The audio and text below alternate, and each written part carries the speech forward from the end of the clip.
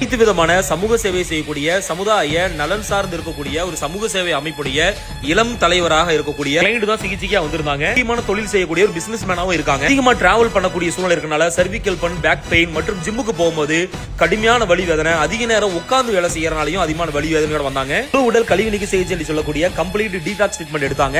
அதுல உடம்புல இருக்கக்கூடிய நச்சுக்கள் முழுமையா வெளியேறும். 1 மணி நேரங்கள் உட்கார்ந்து வேலை செய்யக்கூடிய ஐடி ஃபீல்ட் இருக்கக்கூடிய நபராக இருந்தாலும் சரி, டிரைவிங் ஃபீல்ட் இருக்கக்கூடிய சரி, மற்ற தொழில் ஆண்கள் பெண்கள் சார்ந்து இருக்கக்கூடிய சரி, அதிகமா மாஸ்டர் பேட் என்று சொல்லக்கூடிய கைப்பழக்கம் உள்ளவர்களா இருந்தாலும் சரி, அவங்களுக்கு கடுமையான வலி வேதனை, ரொம்ப இரும்பு ராட வச்சு குடையிற மாதிரி, காலையில எந்திரிச்சு நட்டமா நிக்கிற மாதிரி, அந்த பிளெக்சிபிலிட்டி இல்லாம கடுமையான வலி வேதனையோட வருவாங்க. ஆண்களா இருந்தாங்கன்னா பல வகையான சர்ஜரி, அதாவது உதாரணத்துக்கு அப்பெண்டிக்ஸ் ஆபரேஷன், பைல்ஸ் ஆபரேஷனுக்கு குறுக்களை ஒரு அனஸ்தீசியா கொடுப்பாங்க. அதே மாதிரி பெண்களா இருந்தாங்கன்னா சிசேரியன் போன்ற காலகட்டங்களில் குறுக்களை ஊசி போடுவாங்க. எல்லா வகையான மருத்துவம் பார்த்து தோற்று போய் நிவாரணம் கிடைக்காம இருக்கக்கூடியவங்களுக்கு மிகச்சிறந்த ஒரு மருத்துவ சிகிச்சை. இதுவே அவசியம். ஒரு நாளைக்கு 5 நபர்களுக்கு மட்டுமே சிகிச்சை அளிக்கப்படுகிறது. சிகிச்சைக்கு பயன்படுத்தக்கூடிய அனைத்து மருத்துவ உபகரணங்களும் ஒருமுறை பயன்படுத்தக்கூடிய சர்ஜிக்கல் ஒன் யூஸ் ப்ராடக்ட் ஆகும். அரசு வழிகாட்டின் அடிப்படையில் உயிர் மருத்துவ கழிவுகளை முறையாக கழிவு நீக்கம் செய்யப்படுகிறது.